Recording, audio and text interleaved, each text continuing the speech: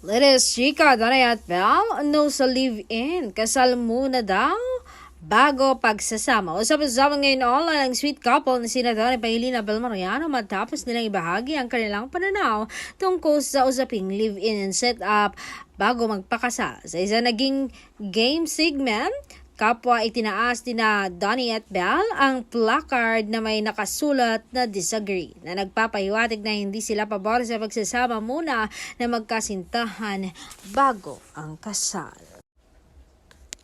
Marami ang netizen ang natuwa at humanga sa paninindigan ng dalawa lalo na't sa panahon ngayon ay iba-iba na nga ang pananaw pagdating sa relasyon at pagpapamilya. Para sa ilan, ipinakita lamang ni Donnie at Belle na mahalaga pa rin sa kanilang commitment at pagpapakasal bago tuluyang magsama sa iisang bubong. Samantala, may mga netizens naman na nagsasabing personal choice pa rin ito ng bawat magkapareha at dapat igalang ang magkakaibang paniniwala tungkol sa pag-ibig at pagsasama. Gayunpaman, marami ang nagsasabing isa ito sa mga dahilan kung bakit patuloy na minamahal ng kanilang fans ang Don Bell.